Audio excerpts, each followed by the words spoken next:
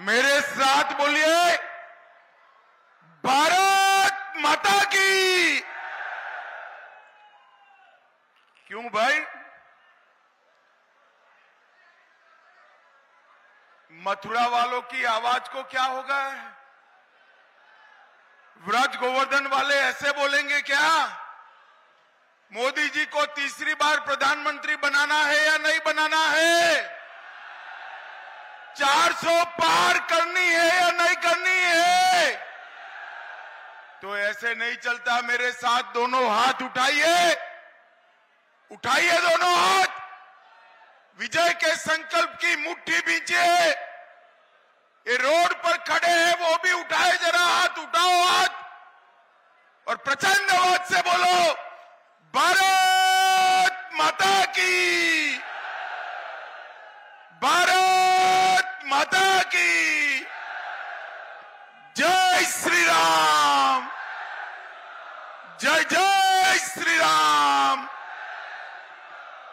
मेरा सबको राधे राधे भाई, राधे राधे। मंच पर उपस्थित लोकदल के राष्ट्रीय अध्यक्ष श्रीमान जयंत चौधरी जी,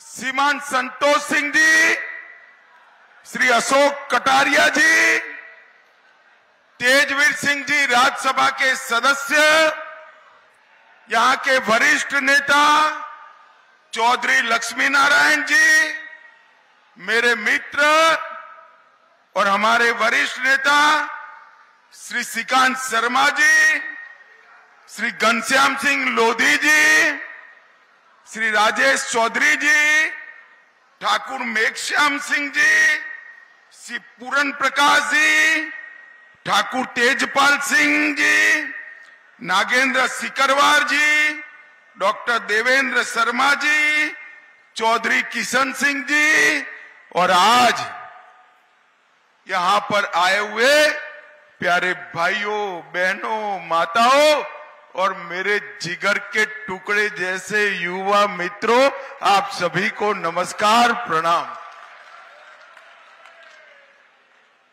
मुझे जब मैं राजस्थान से हेलीकॉप्टर उड़ा कहा, सभा खींचो खींच भर गई।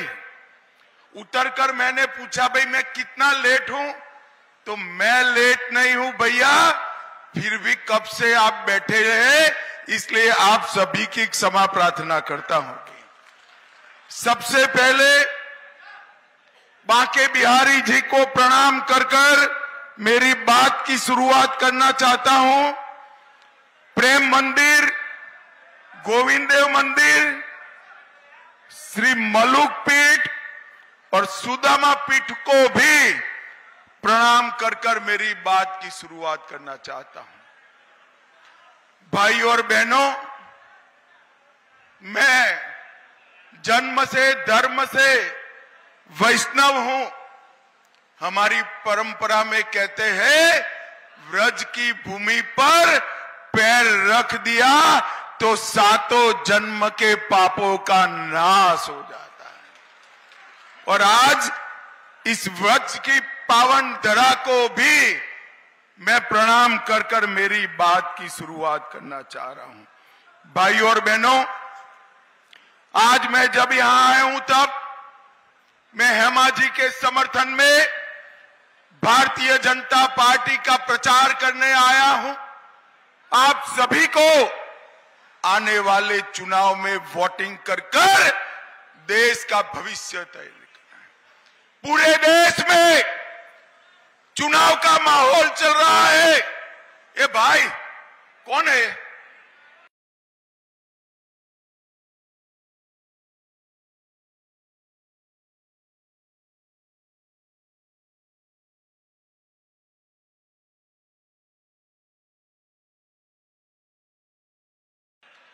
पूरे देश भर में लोकसभा का चुनाव हो रहा है।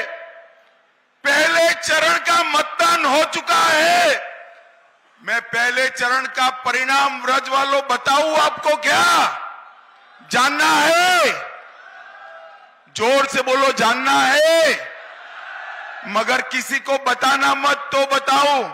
बताओ, पहले चरण में सपा कांग्रेस का सुपड़ा साफ हो गया।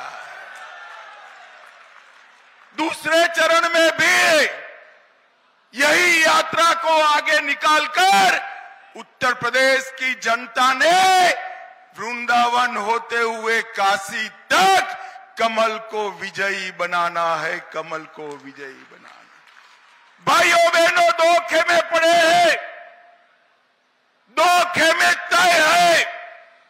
एक और गरीब के घर में पैदा हुए हमारे नेता नरेंद्र मोदी है, और दूसरी ओर चांदी की चम्मच के साथ पैदा हुए राहुल बाबा है। दोनों के बीच में आपको तय करना है। एक और 12 लाख करोड़ के घपले घोटाले भ्रष्टाचार करने वाली कांग्रेस पार्टी समाजवादी पार्टी है, और दूसरी ओर 23 साल तक मुख्यमंत्री रहकर शासन किया, परंतु जिस पर 4 आने का भी भ्रष्टाचार का आरोप नहीं है, ऐसे नरेंद्र मोदी है। एक और, गर्मी आते ही विदेश में थाईलैंड के प्राइवेट द्वीप पर वैकेशन करने वाले राहुल बाबा है,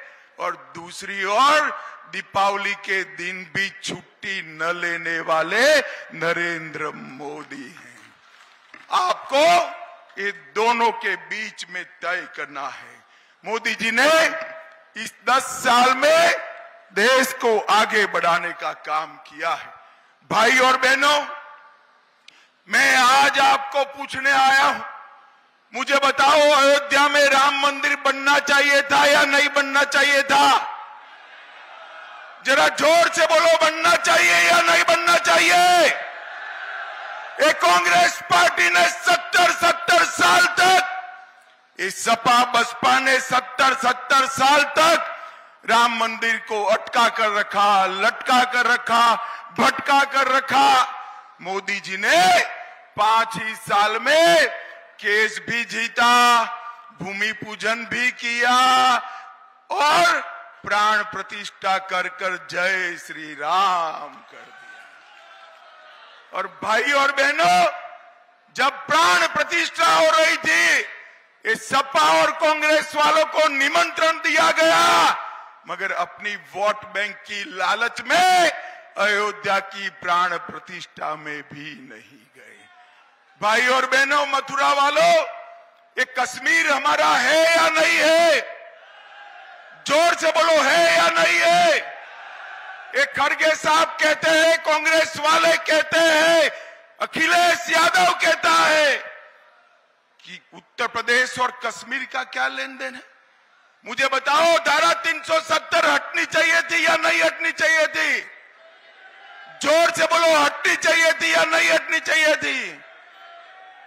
मोदी जी ने 70 साल से जिसकी राह देख रहे थे, वो धारा 370 को 5 अगस्त 2019 को समाप्त कर दिया भाइयों, और कश्मीर को हमेशा के लिए भारत के साथ जोड़ दिया। भाइयों और बहनों, 10 साल तक सोनिया मनमोहन का राज चला। 10 साल में हर रोज आए दिन ये आलिया मालिया जमालिया पाकिस्तान से आते थे, बम धमाके करते थे और कर कर चले जाते थे, किसी के मुंह से ऊप नहीं निकलती थी।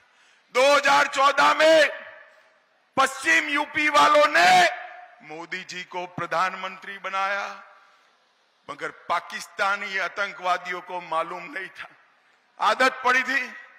उरी और पुलवामा पर हमला किया, मोदी जी ने 10 ही दिन में पाकिस्तान के घर में घुसकर सर्जिकल स्ट्राइक और एयर स्ट्राइक कर कर आतंकवादियों का सफाया करने का काम मोदी जी ने देश को सुरक्षित किया है। मोदी जी ने देश को समृद्ध किया है। हमारे अर्थतंत्र को 11वें नंबर पर मनमोहन सिंह जी छोड़ कर गए थे, मोदी जी ने 11वें नंबर से 5वें नंबर पर लाने का काम किया। और मथुरा वालों, गोवर्धन वालों, मैं एक मोदी गारंटी कहकर जाता हूं, तीसरी बार प्रधानमंत्री बना दो, भारत संसार का तीसरे नंबर का अर्थतंत्र बन जाएगा। तीसरे नंबर का। भाई और बहनों, चौधरी चरण सिंह वो नेता है जिन्होंने उत्तर प्रदेश की किसानों की धरती को, उनकी भूमि को सुरक्षित करने का काम किया था। चौधरी साहब ने कांग्रेस किसानों की भूमि बचाने के लिए छोड़ी थी। इतने सालों से कांग्रेस ने उनको भारत रत्न नहीं दिया। चौधरी चरण सिंह जी को भारत रत्न देने का काम भारतीय जनता पार्टी के नेता और प्रधानमंत्री नरेंद्र मोदी जी ने किया। आज मैं यहां पर चौधरी साहब की भूमि पर आया हूं। यहीं से गायत्री देवी जी सांसद रही, यहीं से चौधरी साहब ने पूरे उत्तर प्रदेश को एकत्रित करने का काम किया, किसानों को एकत्रित करने का काम किया।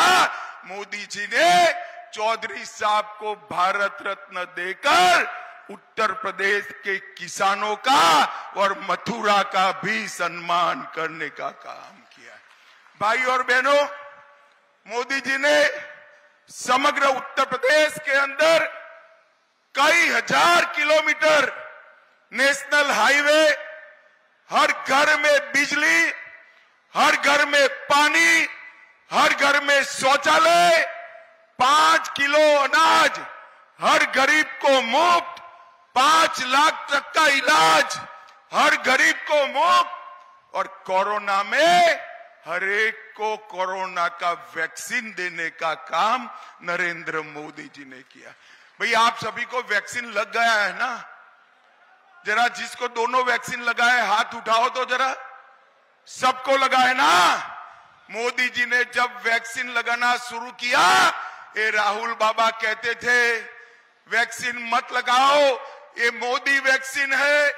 अच्छा है राहुल बाबा का कोई सुनता नहीं है। पूरे देश ने वैक्सीन लगाया। एक दिन रात को राहुल बाबा भी गुपचुप अपना वैक्सीन लगाकर आ गए। अरे राहुल बाबा शर्म करो, शर्म करो। कोरोना जैसी महामारी में भी राजनीति कर रहे हो, आपको शर्म आनी चाहिए। परंतु मोदी जी ने देश को कोरोना से सुरक्षित करने का काम मोदी जी ने किया है। मोदी जी ने देश भर के इंफ्रास्ट्रक्चर को बढ़ाने का काम किया है। मथुरा के अंदर ढेर सारा विकास का काम मोदी जी की सरकार ने, योगी जी की सरकार ने किया है। ग्राम सड़क योजना के तहत 570 किलोमीटर सड़क बनाई, अंतरराष्ट्रीय सुविधाओं से सुसज्ज अंतरराज्य बस का अड्डा मथुरा में बनाया। मथुरा जंक्शन, मथुरा कैंट, उसका आधुनिकीकरण रेलवे स्टेशन का करने का काम किया। मथुरा में 600 एकड़ भूमि में थीम पार्क बनाने की योजना चल रही है। भाइयों बहनों, मथुरा को ये थीम पार्क विश्व प्रसिद्ध बनाएगा। 84 कोस की परिक्रमा का भी पूर्ण विकास करने का काम हमारे मुख्यमंत्री योगी जी सोच रहे हैं। और 1 डिस्ट्रिक्ट 1 प्रोडक्ट में मथुरा के नल की टोटियों की पहचान भी भारतीय जनता पार्टी ने दिलाने का काम किया। गोवर्धन को तहसील बनाया, अग्रसेन चौराहों को बनाने का काम किया, और लगभग निराश्रित महिलाओं को 42,000 माताओं को पेंशन देने का काम भारतीय जनता पार्टी ने किया है। भाई और बहनों, मैं 14 में प्रभारी था, 19 में मैं राष्ट्रीय अध्यक्ष था। दोनों बार हेमा जी को हमने यहां से प्रतिनिधि बनाए। 14 में जब प्रतिनिधि बनाया तब हेमा जी देश की जानी मानी कलाकार है, इनकी ख्याति समग्र विश्व में विख्यात है, इसलिए टिकट दिया था। परंतु 19 में जब टिकट दिया, हेमा जी सबसे अच्छी सांसद में से एक सांसद है, इसलिए टिकट दिया है। और हेमा जी को तीसरी बार टिकट इसलिए दिया है, हेमा जी को पार्टी ने मथुरा भेजा, हेमा जी खुद मथुरामय हो गई है और कृष्ण भक्ति को पूरे देश के अंदर एक नए आयाम देने का काम हमारी सांसद हेमा जी ने किया है। भाई और बहनों, मैं मथुरा के प्रति उनके समर्पण को जानता हूं। हर महीने कोई न कोई पत्र हेमा जी का मथुरा के विकास के लिए आता है। इतनी बड़ी कलाकार होने के बावजूद हेमा जी ने मथुरा के विकास के लिए कोई कसर नहीं छोड़ी है और मथुरा को विश्व स्तरीय पर्यटन सेंटर बनाने के लिए भारत सरकार और यूपी सरकार की सारी योजनाओं को जमीन पर उतारने का काम हेमा मालिनी जी ने किया है। भाइयों बहनों, आज मैं पश्चिमी उत्तर प्रदेश में आया हूं, तब ये पश्चिमी उत्तर प्रदेश में 2014 में पलायन हो रहा था।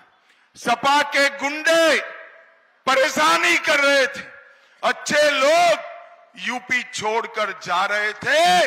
आपने 17 में भाजपा सरकार बनाई, योगी जी ने यहाँ की कानून और व्यवस्था को ठीक कर लोगों की जगह गुंडे पलायन कर जाए, इस प्रकार के कानून और व्यवस्था की स्थिति का निर्माण करने का काम किया है। और आज फिर से 17 में 2 साहजादे इकट्ठा होकर आए थे, राहुल जी और अखिलेश जी। पत्रकार पूछते हैं 2 लड़के इकट्ठा हो गए। मैं बताना चाहता हूं, 17 में इकट्ठा हुए थे, सबसे बड़े मार्जिन से भारतीय जनता पार्टी की सरकार बनी थी। 24 में इकट्ठा हुए हैं, सबसे ज्यादा सीट उत्तर प्रदेश में भारतीय जनता पार्टी इस बार 24 के चुनाव में जीतेगी। भाइयों और बहनों, मुझे बताओ, हेमा जी के नाम के सामने कमल का निशान है। हेमा जी के नाम के सामने जो कमल का निशान है, उस पर बटन दबाते ही आपका वोट सीधा नरेंद्र मोदी को प्रधानमंत्री बनाएगा। मुझे बताओ, कमल के निशान पर बटन दबाएंगे क्या? जरा जोर से बोलो, दबाएंगे।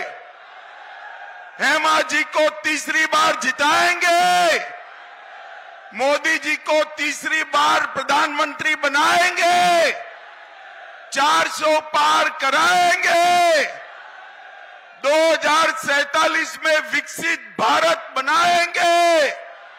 तो मेरे साथ दोनों हाथ उठाइए, उठाइए दोनों हाथ, विजय के संकल्प की मुट्ठी भींचे और प्रचंड आवाज से बोलिए, भारत माता की, भारत माता की, वंदे वंदे, जय श्री राम, जय जय श्री राम।